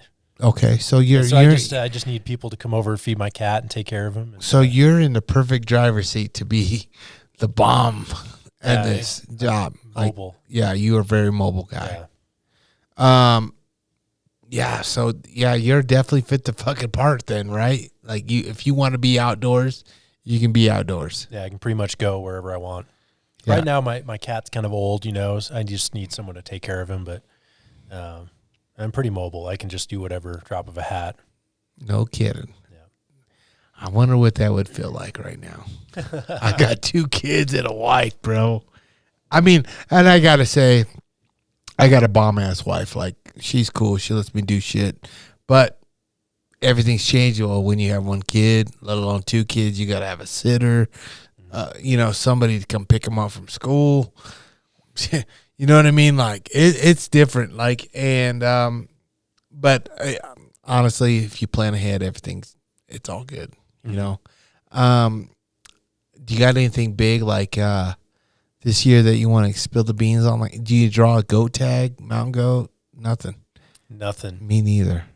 I put in for a limited entry elk tag in Utah. Mm-hmm. I drew it in 2015, and I think it took like 7 points. But I think now that tag you can draw with 0 points. Or oh, really? Yeah. So I'm hoping I draw it because I put in with a buddy of mine that I elk hunt with all the time. And out there in Utah? Yeah. We've been hunting together now since 2016. Okay. And we both know the unit fairly well. I think we can get some bulls on the ground. So hopefully we draw it this year. And you were telling me elk hunting is your cup of tea. Man, once I saw that first bull bugle and blow steam in my face, and I had a bull come in and it was like 5 feet away and it bugled in my face, and oh my God, I was in a spike unit and I couldn't shoot it. I've been hooked. I would honestly say I can relate to that because the first time I come from Nebraska, right? Although there's some big ass bulls in Nebraska now. Yeah. Dude, we were out turkey hunting in Nebraska at my buddy's house or place. They gave us permission to go hunt. He's like, just go down there. They're down there fucking strutting. I'm like, what the fuck are you guys talking about? Because I didn't see no turkeys. Dude, we seen everything but fucking turkeys. Oh. And they were telling me they shot a 451. Jeez. A 431. Big ass bulls, dude. Yeah. Corn-fed bulls, dude. Because, I mean, it's a once-in-a-lifetime tag there. So there's tons of elk there now. Mm-hmm. I mean, they're fucking up fields, and like the farmers are pissed. Yeah, elk are damn big. Dude, they're fucking up the fence, everything. In fact, I think they got 8, what do you call those, depredation tags? Depredation? Yeah, depredation tags. They got 8 of them. Mm-hmm. They had to kill cows and shit, but I was like, fuck. Let me know. I'll come and shoot a cow. Corn-fed elk? Dude. Shit, sign me up. Dude, 100%, right? He's like, yeah, I'll keep you in mind. I was like, no, I'm going to let you know. I'm going to call you this year. I'll call you every day until you give me one. And I was like, holy shit. And he was showing me videos of them screaming out in the field, dude. I was like, this is so crazy. So crazy. Yeah. Because, I mean, we got to go, 10,000 feet, in the mountains. Yep. And these guys, these elk now in Nebraska are plains. Yep. I mean, elk were plains animals to begin with, but I don't know. It's crazy for me because I grew up in Nebraska, right? For me to see elk now. I guess there are elk in Minnesota too. Oh, really? But, that was after my time. Yeah, see, and that was just like me. I was like, what? There's elk here? My buddies are showing me pictures of what, their cousins, or whoever shot, their buddies shot. And I'm like, what the fuck? These things are huge. Yeah. Huge, dude. So when I was down there turkey hunting, I was like, fuck turkey hunting. I don't see no turkeys. I'm looking for sheds. I was like, damn, these things are some huge ass elk down here. Where are the sheds? You know what I mean? And I don't know. I was blown away on like how big these elk are in Nebraska now. Mm-hmm. It's crazy. What do you like bow hunting or rifle hunting? I hadn't ever rifle hunted until last year. Man, I'm hooked. I grew up hunting with, shotgun during slug season in Minnesota for deer. Shot a lot of does like that. But I've been bow hunting since I was 14. I think I started in 1989. So I've been bow hunting for a long time. Yeah. And man, seeing a deer at 500-600 yards and being like, yeah, I can shoot that, and shooting it, That feels pretty damn and good. dropping it. Yeah. Right? I know it is. That's one thing I said about with Snyder the other night or that day we shot those 2 deer. I was like, fuck, dude, I miss shooting a rifle. It's fun. It's fun, dude. It's fucking fun. So me getting a new rifle, right? Like I want to fucking put some tags in. Like I told Frank, I said, Frank, let's go down to Idaho and let's go spring bear hunting. Yeah. I don't know. That's on Frank right now. I'm trying to find some place to go spring bear hunting. Dude, It's like $41, dude. Yeah. Wyoming opens, well, in some units in Idaho, you can shoot 2 deer or 2 bears. Really? Yeah. But Wyoming opens hit me on up, May 1st. peeps. I'm in. I want to go. Yeah. I want to go spring bear hunt. It was in June, I think. I want to go in June, I think. June is a good month for me to go. Oh. I want to go in June. Frank, where you at? Yeah, Frank's a little bitch. I think he's at a bachelor party right now. He's at a bachelor party hunting turkeys in Nebraska. Yeah. He's like, you know anybody that has a hunting land? I'm like, dude, if I'm going on a bachelor party, I'm not worried about hunting. But those guys are different. You know what I mean? Strippers not Yeah, snoots, dude. right? I'm like, fuck. Ask my brother about his bachelor party. To this day, we still had the best time. Yeah, dude. I honestly think rifle hunting is probably one of the funnest things I've done in a while, man. Like honestly, it's because you concentrate so much on a bow archery, and you find out, well, in my shoes, that I suck at it. You know what I mean? I don't think you suck as bad as you say you suck. No, I have a good time. I do things. It's just it's way harder though. It is. Dude, if I had a rifle tag, if I had a rifle with me every time I'm archery hunting, dude, I'd be fucking slaying animals. Yeah, I would. It would be like me on a night weekend back in the day when I would go downtown Denver. I'd be slaying puss. Just slaughtered puss, right? What do you mean, right? Right. I would just I just got a cleaver. Just chopping. But with the fucking bow, man. But that's why I like it, though. You know what I mean? It's so much more, it's harder, but I get that closer encounter. That's what gets me going, dude. I like that close encounter. You don't get that adrenaline pulling a trigger on a big bull, right? Well, I don't know. I've never done it on a bull. I've shot a cow with my gun, and I had a blast with that. Right, like I didn't give a fuck if it was a bull or a cow. Like I'm not a trophy hunter, obviously, but shooting a big fucking animal, yeah, it's awesome, right? To me, it's just all about the experience to that point. And I think that's why I like sharing it and videoing it, photographing it, because I can share that experience, right? Yeah. Like that's what gets my pecker hard, right? Like it is. It's like that's what it is. Like when I watch a cool video online or whatever, and I'm like, fuck, dude, this is, let alone great video, right? Cinematic, what do you call it? And edited great. Like, fuck, dude, that's what gets my dick hard now, right? I don't care if it was done with a fucking bow or a rifle, because I can experience, I know what they did, because I've had that. And to me, that's what's cool, So I think it's cool what you're doing with Kifaru, because you're capturing the moments now that everybody wants to be a part of, right? Oh man, everybody wants to see what Aaron's up to. Everybody, and they're begging for films of him doing backcountry deer hunts, elk hunts, all that stuff. And I think you are the perfect fit to do that. For one, you love the outdoors. You've done it. You hunt. And it takes a special person to hike, follow along, stay out there, keep up, stay out there, be not of a pain of the ass, right? Know how to fucking hold your shit.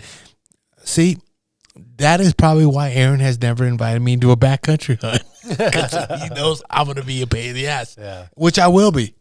You know what I mean? Like, I will be. I'll be like, hey, dude, this is day fucking 4. I'm out of here. I'm out. I need to get some mushu. You know what I'm saying? I need to get some putang. To me, when they stay out there for 9, 13 days, fuck that shit, dude. I mean, I get it. If I got to go 13 miles in the backcountry, I don't want to make that trip twice, right? Like, if I'm back there, I'm back there. Mm-hmm. But when I'm coming out, I'm out. You know, I'm done. I can't do it, dude. I'm not going to go. Well, it was a few years ago. They said he went out and took Phil Mendoza on a goat hunt. And Phil missed or whatever, the fucking yardage, whatever. He ran out of arrows or whatever. And they went in, went out, went in, went out. I was like, what the fuck? You guys are at 13 fucking. The hike was brutal. And I'm like, fuck that shit, dude. To me, I'm a one-trip pony, dude. I'll go in, but when I'm coming out, I'm not going back in there. You need pack horses or some shit. Dude, I'm just like, fuck that shit, dude. And like when you kill a big bull, dude, and you're back there and that fucking drops down in the canyon, I'm like, fuck. You got to get that out. Yeah, dude. So like now I've gotten smarter because, and it's only taken one experience of a shitty back out, right? You will realize I'm not shooting that motherfucker. Yeah. I'm setting up here in case he goes down there. I'm not going down there. That's one thing that I've learned, experience of shooting animals of like, dude, where's that motherfucker going to die? Because it ain't going to be, you ain't Cameron Hayes that motherfucker over your shoulder to fucking bring him out, right? No. What was your biggest experience about packing out an elk? Because you be slaying some elk. I've shot a few. So that 2015 hunt I had, I hunted my ass off. I was chasing this 370 bull for like probably a week, and I could never catch him, but I was always catching his herd, but I would always be at the back of the herd, and he's like at the front, and I'd never catch up. Really? The last day, I went into this deep canyon, park, hike down 2,000, 2,500 feet to the bottom, hike up 800 feet to the other side. And the very last day, that morning, I called in a nice 340 herd bull, shot it. It fell. It ran in. I called it solo. It ran into 14 yards, 15 yards. I shot it. Damn thing almost ran me over after I shot it.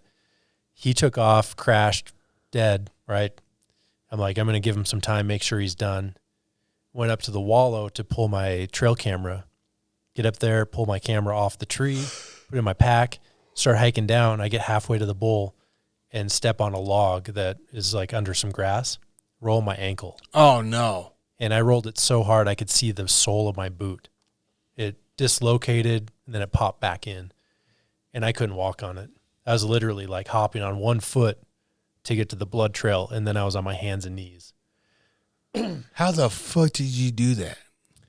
How did it out? Yeah. Oh, shit. There's no way I could have even gotten myself out. Like, I couldn't even cut him up. So basically, I had contacted a friend on an InReach. It was a DeLorme before Garmin bought them. Yeah. So I contacted a buddy on InReach. He said his dad had some mules he could help me pack out if I got a bull.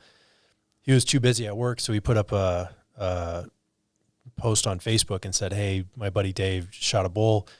He rolled his ankle. Needs some help packing out. Is anyone available?" And like 4 or 5 people responded. And he sent him the link to my location, and these random dudes just showed up to help me pack it out. No fucking way. Yeah, I mean, talk about like the small community of hunting. Dude. And good dudes out there, just like really good guys.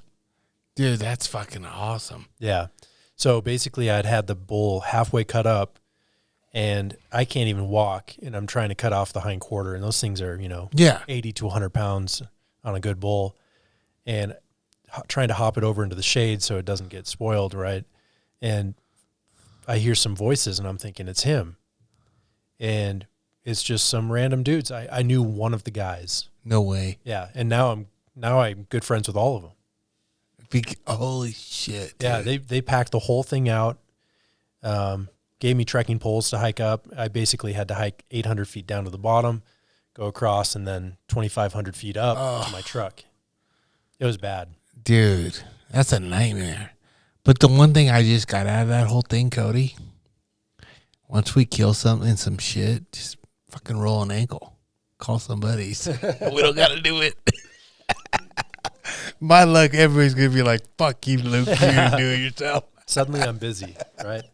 Nobody answers. Nobody answers. Why is nobody answered? Yeah, no, that's cool, man. But that's cool because, for one, I think they know what it takes to fucking elk hunt. Yeah. And they know, like, fuck, man, shit happens in the woods, and let alone how hard it is to pack something out. Oh, yeah. Yeah, and solo. I don't know how many guys have shot a bull solo and then packed the whole thing out by themselves. You're looking at 4 or 5 trips. Dude, 4, 5. Yeah, 5. Depending on what you can carry. I mean, fuck, dude. I'm telling you right now, like, I'd probably have to do the 5th one because I'm not going to. I'm a bitch. I will go lighter in my pack and do multiple trips as much as I don't want to. Mm-hmm. But I loaded one time with my buddy. I was like, what the fuck did I load this thing up so much for? There's 2 of us. We had to go back, I was like, why did we do this? We should have made multiple trips. Mm-hmm. Or made one trip and called somebody to come and help us. Yeah, yeah. You know what I mean? Like, it's just stupid the way I look at it now. But, dude, I think everybody needs to experience that because they appreciate what it is to pack out an animal. Yeah. It's not easy. And I've packed out entire bucks in the backcountry, like, 5 miles back. And you're cutting that thing up, quartering it, throwing it in. And it's a good-sized deer. And you're looking at 100, 150-pound pack by yourself. And shit, it's hard enough to just get it on your back. It's bad enough just to take your gear in camp, let alone another 30, 50 pounds? Yeah. 150 pounds on that bitch. Dude, it's brutal. I don't know, man. I sometimes wonder what the fuck are we doing hunting? Yeah. You know what I mean? But every time I'm out there, I'm like, I love it. You know what I mean? Let me ask you one final question. Where do you see yourself 10 years from now? 10 years from now? Man. Well, I can tell you this. I love working with the team at Kifaru. Like, it's like a family. Uh-huh. I love that. Hopefully 10 years from now, still there, working with them, moving up. Hopefully I have another person working with me, helping out. Hopefully I've got a family, Yeah. That's what I'm hoping for. Yeah. 10 years you want a family. Yeah. That's a good thing. Most people are like, oh, I want retirement. I want this and that. Like, honestly. No, I'm not ready for that. Yeah. I'm telling you right now, I'm lucky enough to have a wife, 2 kids, and to me, it's my pride and joy. Yeah, I mean, family. It really is. Like, it really is. Like, sometimes I want to, catch a case on my wife. Sometimes I want to strangle my little kids. Don't ever shake a baby. But, hey, I love the shit out of all of them. Yeah. You know what I mean? Yeah, you can't replace it. No, you can't. And, we get away and we get to go hunting. And, like, as soon as I'm gone, after a day, 2 days, I'm like, I miss that whole fucking crazy bunch that I have back home. It's good, man. I love them. It's good. I have fun. They're good. Although today, they're crazy, huh? Oh, yeah. Eva I bought her a Nerf gun yesterday. We went to Walmart. My wife went out with her girlfriends after work. I had the kids. I was like, come on. I took them I picked them up at school, and I said, come on, let's go to Walmart. I want to go to Texas Roadhouse for dinner with the kids. Those honey buns, man. I haven't been there forever, right? I was like, you know what? I want to go to Texas Roadhouse with you guys. Fuck it, let's go. But my big mouth said, well, let's go to Walmart first and I wanted this rug. I had an idea in my head. I wanted a rug to put underneath here, and that changed my mind. And we were in the toy aisle for like 2 hours, and I was like, okay, you got to pick something because we're leaving. I got to go. My son's getting restless. Start crying. Automatically, Texas Roadhouse out of the picture because I'm not sitting him in there and crying with my daughter. So we get this Nerf gun. We come back home. Today, Cody's here with her. We're showing the gun. She doesn't want to get shot with it, right? She doesn't want to get shot with it. And I'm showing her. Cody, shoot me. Doesn't hurt. Fucking, long story short, we give her the gun. We're doing a Zoom meeting right before you came in. and Eva's shooting my 1-year-old son with the Nerf gun. Point blank. Oh. Like, what are you doing? You didn't want to get shot at all, 10 feet away, let alone you're shooting Marcus and Marcus is laughing. You know what I mean? Like, come on, Eva. But it was good. I don't know, man. Anything you want to tell the guest? Anything about you? You got some cool things happening? I can't think of anything. You got any? What is your OnlyFans page? I go by the Vanilla Gorilla. Oh shit! Damn, the Vanilla Gorilla. Yeah. Oh shit! You hear that, dude? I bet Gary Shaw could make a good old little cartoon figure or T-shirt for that Gary. one. Yeah. Don't you be talking that. No, I don't want to see that shit anywhere. You only see that shit in bathroom stalls. Yeah. I tell you what, guys. I had Cody in our first meeting with the company that we're about to launch an app. I'm pretty excited about it.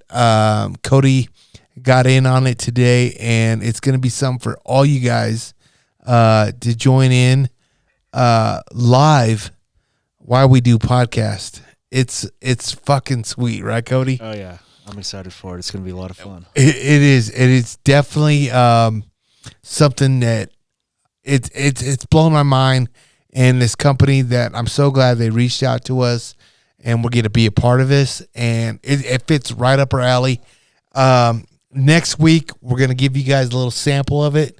So tune in. There's going to be a big giveaway for everybody who downloads the app and gets to join in on the fun, because it's going to be a shit show. I mean, honestly, I'm thinking about taking my GU Unfiltered to be called GU Shit Show. I don't know. It might be that. But no matter what, I'm excited to launch this new beginning in May with you guys. Nothing's going to change. You guys can still download, still listen whenever you want to listen to, but we're giving you the option to listen live and to ask question, chat with us, phone in, And talk shit. with us, right? I've been doing all the heavy lifting with the shit talking for so long. Now you guys have a chance to call in and help me out. Yeah, it's gonna be it's something very unique, and I cannot wait to drop the news for you guys. I'm excited. You guys will love this app. It's cool, and I'm to me, I think this is going to be our game changer to all the different podcasts. Yeah, it sounds super cool. It's cool, man. Like, it gives you notification once we go live, right? Like, hey, you want to join? You want to listen to this podcast now, or wait till a day later? I upload it, right? And now, when you listen to it live, you ain't got no ads, right? You ain't got no interruptions. I mean, it's pretty sweet deal of what they came up with. And for anybody who, like, well, let's just say, like, if I got you and Aaron on here together, you know how many people would call in and ask questions and say some bullshit, right? Like, it's crazy. Like, and then now in the next week or two, they're going to even have a FaceTime. So their face will even pop up on the screen. Damn. Yeah, it's pretty sweet on the whole thing. So we moving up. We moving up. Moving on up. Moving on up. But anyways, I got to say a big thank you to you, David, for coming all the way out here. I know we came out. It's Friday night. I'm glad you had a couple beers with us. Man, what's next for you? You going to go kill some turkeys or what? I might try and go out tomorrow morning with a shotgun. Yeah. I hit one with the bow last week. Those damn things are tough as hell. Dude, I'm telling you, man, anybody who's ever hunted, like you get this big debate about like bears, turkeys, spring bear, like who's hunting turkeys, who's hunting spring bear, right? And I think it's all about the region you live in, right? Because it's in our back door, turkeys. If I had to choose, I would love to shoot spring bear. Yeah. Colorado needs to open spring bear up. Hell yeah. I'm telling you that right now. Colorado needs to open up spring bear. But there's turkeys everywhere here. There is. I mean, if you find the right spot. And it's fun to I think it's just something for a hunter to get back out in the woods to hunt again, right? It's a good start to the year, and older people can do it. They can just sit in a blind, Yeah, it's for sure. I think it's just fun, and hey, to me, it's cool to see a strutting Tom come in and fuck up your decoys. Anybody who's done that, it's a fucking experience. Like, it's cool. Or if you shoot one and another bird's come in and fuck that one up. Yeah. Like, to me, that's cool. And I honestly just enjoy turkey hunting because I get to go out there and fucking pick ticks off my fucking body the rest of the day. I fucking hate ticks, dude. You're like a monkey picking them off your balls. Fuck, dude, I hate fucking ticks, bro. But I do like hunting turkeys. It's fun. So I wish you luck. I'm hoping that the snow melts here. I get turkeys all the time here, usually at this time of the year. And I could shoot one off my deck. So we could sit back and kick one back and shoot one off the deck. Shit, you got a hot tub? Yeah, I don't got a hot tub, but fuck, we could fucking kick it. We could grill while we cook, or kill. I'm telling you, I don't know, man. This weather here is crazy this year, right? Yeah. It's jacked up everything. So we'll see. Like, honestly, like, I can't believe how much snow we've gotten in April. What's the saying, Cody? It's April showers, Mayflowers. Yeah, it's like April snow brings May showers now. I think it's a month delay. It's good. Yeah. It's a good saying. It is. It's got a nice ring to it. You know what I'm saying? I'm a rapper in my half time. Well, let's call it a night, boys. I'm feeling it. That's not it. That's not it. I got 5 on it. You got 5. Yeah, I like your style. David DeAustin, where can they find you at? Instagram, David. DeAustin. All right, I'll put a link on the bio when I launch this baby. This baby will come out tomorrow, honestly. Damn. I need to get one out for my peeps. Hell yeah. I'm running a little delayed. Yeah, we'll put this one out tomorrow. Thanks for having me on. Hey, honestly, David, like, I got to give credit where credit's due. You know what I'm saying? You do a lot. You make some photography look like a pimp status. Like, you actually make it look easy, honestly. That's a good thing. Yeah, you make it like, oh, I can do that. Fuck. Yeah. And then I take a picture too, and I'm like, fuck, my shit don't look like that. I ain't posting that bullshit. Yeah. Honestly, like, you a true pimp of your game. True pimp. I love it. Cody, take notes. You want to come out with us? Go to one of his classes. Learn. Sign me up. I'm telling you, dude, he's good. He's good. Check him out, David DeAustin. Hey, what's the S stand for? That's my middle name, Scott. Scott, that's it. That's what I was wondering. He's the man. On that note, real quick, if you had to say, real quick, tomorrow. Oh shit! What's tomorrow night is big fights, right? Uh-huh. I know. You may not be a big MMA fan. All I need to know is where you're thinking at. You got me in a corner, man. No. I don't watch sports at all. That's okay. That's what I want you to know. Do you take the favorite or do you take the underdog? God damn. Probably the favorite. You're a smart man. I like it. My man, I'm taking Usman all day long tomorrow night. I'm betting heavy on Usman. Man, I'm telling you right now, can Masvidal catch him? Yes, he can, but not tomorrow. Tomorrow night is not his night.